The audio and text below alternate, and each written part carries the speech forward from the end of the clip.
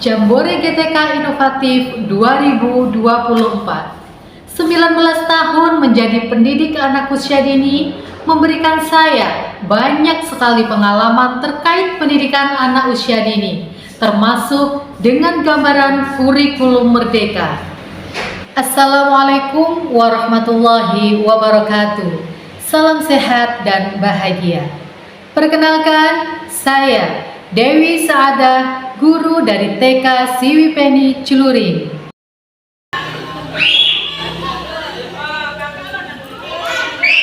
TK Siwipeni Ciluring merupakan lembaga pendidikan di bawah naungan Perpenas, Perkumpulan Gema Pendidikan Nasional Banyuwangi, yang terletak di Jalan Karangrejo, nomor 10, Desa Ciluring, Kecamatan Ciluring.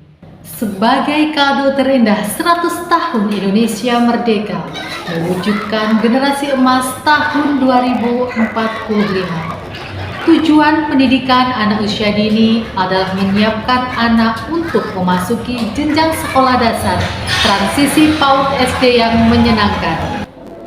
Sedangkan anak membutuhkan kebebasan dan kemerdekaan dalam belajar yang sesuai dengan tumbuh kembangnya, menggunakan sistem pembelajaran berdiferensiasi yang mengakomodir ragam kesiapan belajar murid, minat murid, dan profil belajar murid adalah solusi yang tepat. Berdasarkan hasil refleksi diri bahwa guru harus mampu memahami kebutuhan, minat, dan gaya belajar murid. Setelah dilakukan observasi lebih lanjut, dari fenomena tersebut muncullah permasalahan yang terjadi pada anak. Maka untuk mengatasi hambatan dan tantangan itu, solusi yang tepat adalah media rumah fantasi. Mengapa? Karena media ini sangat cocok dengan penerapan pembelajaran berdiferensiasi, mampu memfasilitasi berbagai gaya belajar anak dan memantik imajinasi anak usia dini dengan beragam kegiatan yang menyenangkan. Mengingat pentingnya alat permainan edukatif bagi anak usia dini yang mampu menunjang tumbuh kembang anak secara menyeluruh, maka saya akan berbagi praktik baik menggunakan media rumah fantasi memantik imajinasi anak usia dini melalui pembelajaran berdiferensiasi. Langkah-langkah yang saya terapkan dalam mewujudkan pembelajaran berdiferensiasi adalah menyesuaikan pengajaran dengan kesiapan belajar murid, minat murid, dan profil belajar murid.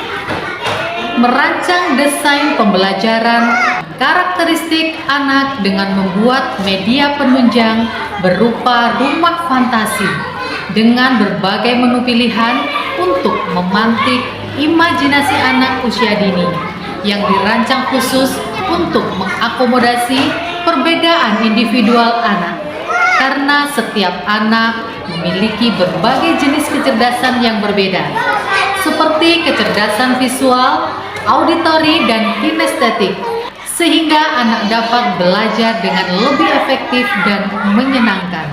Dengan membangun kesiapan belajar anak, guru menjelaskan dan memberi kesempatan pada anak untuk mengeksplorasi beragam pengetahuan imajinasinya, menggunakan media rumah fantasi untuk memantik kesiapan belajar anak sesuai kebutuhannya untuk mempelajari materi konsep atau keterampilan baru.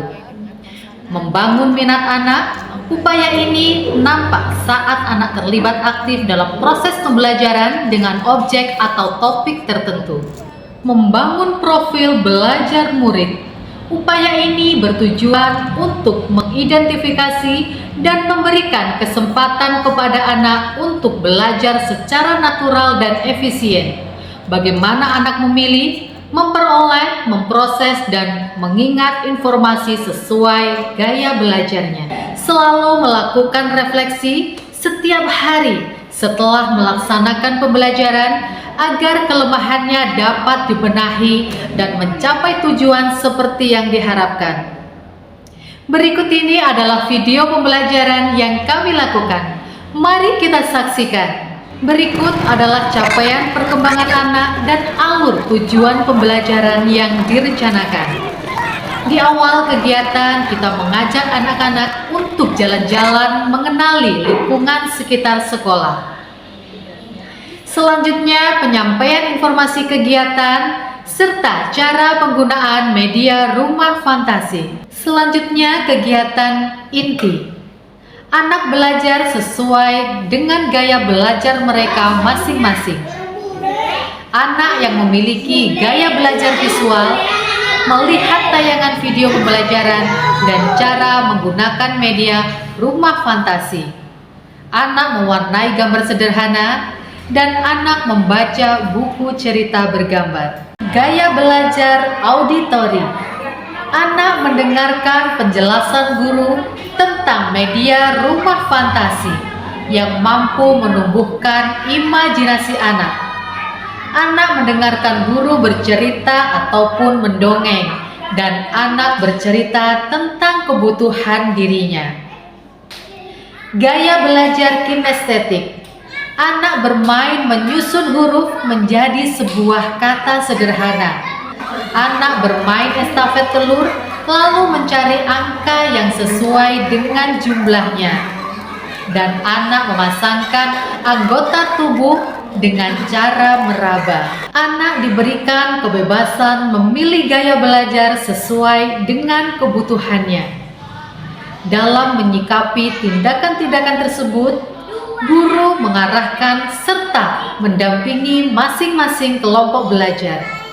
Guru juga memberikan kepercayaan kepada anak sebagai bentuk menumbuhkan kemampuan student agency untuk menjadi pemimpin pembelajaran pada setiap kelompok belajarnya masing-masing. Pada kegiatan seni dilakukan dengan berdasarkan diferensiasi produk. Di sini anak bebas membuat produk karya seninya, seperti membuat baju, membuat topi, membuat tas, serta anggota keluarga sesuai dengan minat anak.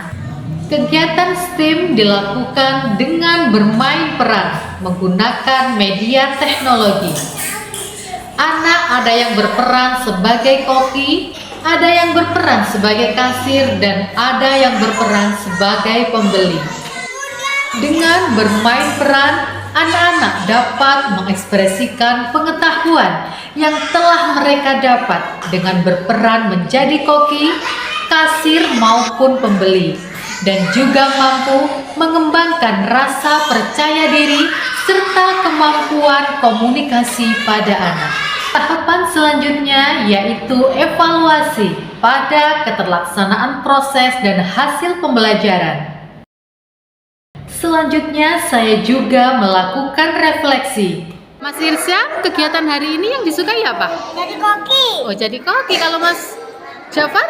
Bikin topi. Bikin topi. Kalau Mas Sarga? Memasak. Memasak. Mbak Caca? Bikin tas. Bikin tas. Mbak Kaila? Ucapkan terima kasih kepada Bunda Dewi. Dengan bimbingannya, anak saya menjadi lebih semangat dan senang untuk belajar di sekolah. Dengan adanya media rumah fantasi, anak saya menjadi lebih kreatif, lebih semangat belajar, lebih mandiri untuk belajar di sekolah. Yang dulunya setiap berangkat sekolah selalu ngereok. Sekarang alhamdulillah anak saya sudah menjadi lebih semangat, lebih kreatif, dan lebih mandiri lagi. Dengan adanya media rumah fantasi, anak-anak semakin bersemangat dalam belajar. Media rumah fantasi yang telah dilakukan dengan berbagai macam kegiatan dan semua telah disesuaikan dengan kebutuhan dan karakteristik setiap anak. Dari kegiatan belajar ini, ada beberapa dampak yang muncul. Demikianlah praktik baik dari saya. Semoga dapat menginspirasi guru TK di Indonesia. Salam merdeka belajar dan bahagia. Wassalamualaikum warahmatullahi wabarakatuh.